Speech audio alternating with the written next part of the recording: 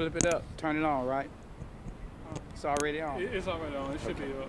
Okay, put it right in front of you. This press conference is dedicated to all of the little children, all of the ancestors, and Dr. Martin Luther King Jr. One of our subjects is there a law for everyone else and a special law for George Miller, the owner of the 380 Beale building, formerly the Crave Club?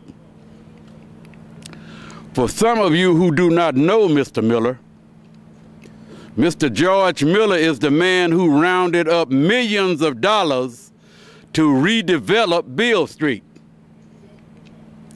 This was during a time when the city couldn't find a dime to redevelop Memphis's today's #1 tourist attraction.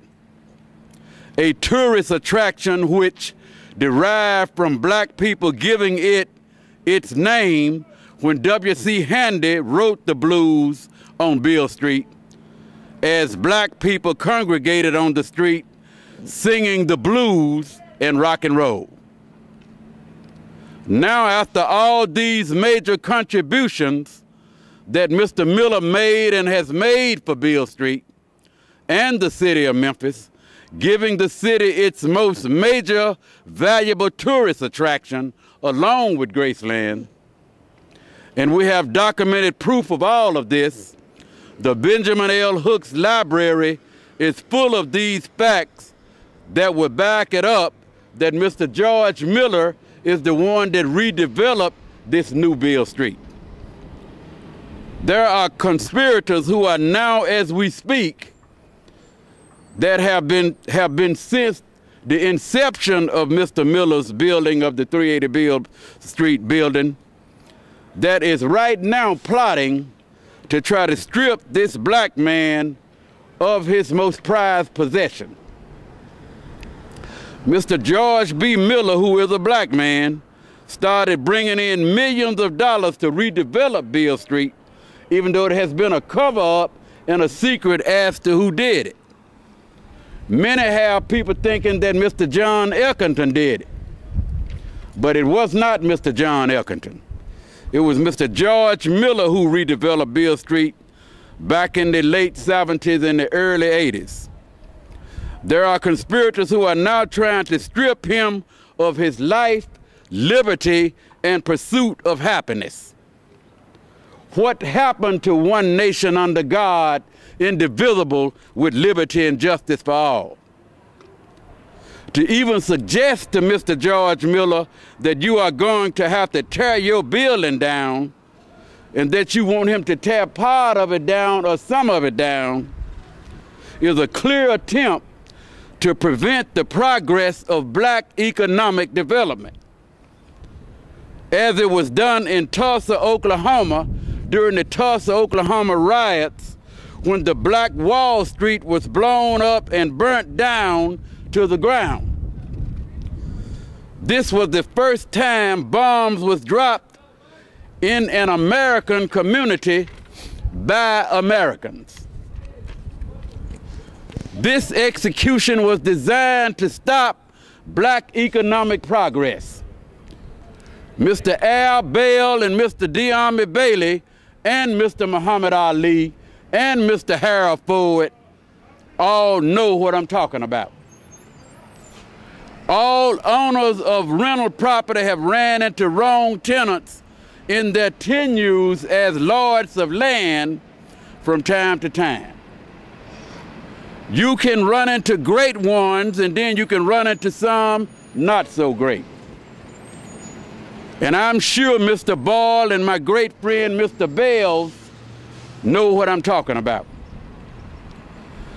This conspiracy against Mr. George B. Miller Jr. is a clear attempt to run black people off of Beale Street. And black culture and heritage is what gave the street its name. And according to the agreement with the Department of Commerce, through the Economic Development Administration, black culture and heritage is all Beale Street should be about. This agreement was executed with Mr. George Miller when he acquired the original funds to rebuild Beale Street. And I am not saying other nationalities should not be able to enjoy the highs and the lows of Beale Street. But for certain, black people should definitely have no problem experiencing Beale Street. Yes, ladies and gentlemen, racism and Jim Crowism is alive and well and lives in Memphis, Tennessee, on Beale Street. All white people and other nationalities do not support this. Is this another attempted assassination of black economic development and an attempted character assassination of another black leader? This is a mental disease that has plagued the black community and some of the white community and other communities. Black people have suffered from this degrading, debaucherous act for several decades in Memphis and for centuries throughout the Americas and the world. This is a clear demonstration that right here in Memphis, Tennessee, the city where the modern-day prophet, Dr. Martin Luther King Jr., who lived and died to see the day when black people, white people, and all people would be able to live together for justice and righteousness' sake, this is the city where he was crucified. This attempt to destroy the character of Mr. George Miller and the property located at 380 Beale Street, which is the only black-owned property located on Beale Street in downtown Memphis. This has been an ongoing conspiracy from the time that Mr. George Miller built the property as a catalyst to develop interest in the development of the entire Beale Street enterprise back in the late 1970s. Whereas I respect and admire Mr. John Elkington, yes, ladies and gentlemen of Memphis, Tennessee, and the world, the truth is, it was Mr. George Miller Jr., a black man who came to this city of Memphis with access to millions and millions of dollars and with the help and support of three-time world heavyweight boxing champion Muhammad Ali and Lou Rawls, directed the redevelopment of the entire Beale Street enterprise. Clint Eastwood, Pam Grier, Michael Jackson, and even Steven Seagal and others has visited and enjoyed themselves in the property, this property at 380 Beale Street since its inception.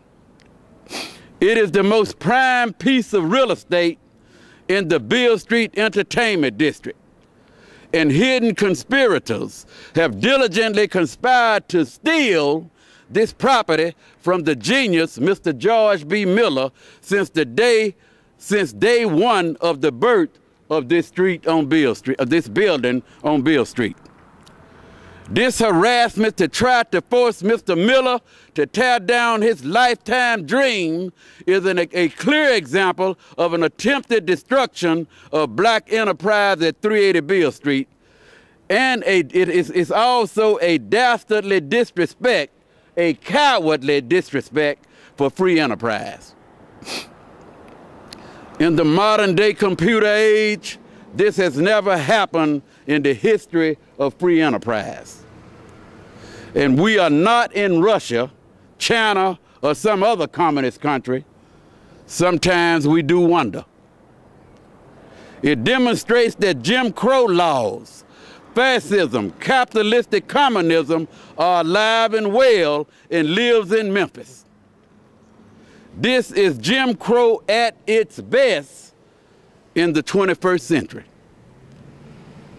This is an attempt to commit a modern-day lynching of black economic enterprise, such as the burning of the publishing offices of Ida B. Wells, not to mention that the offices was located right up the street here at the Pantez drugstore on Beale Street.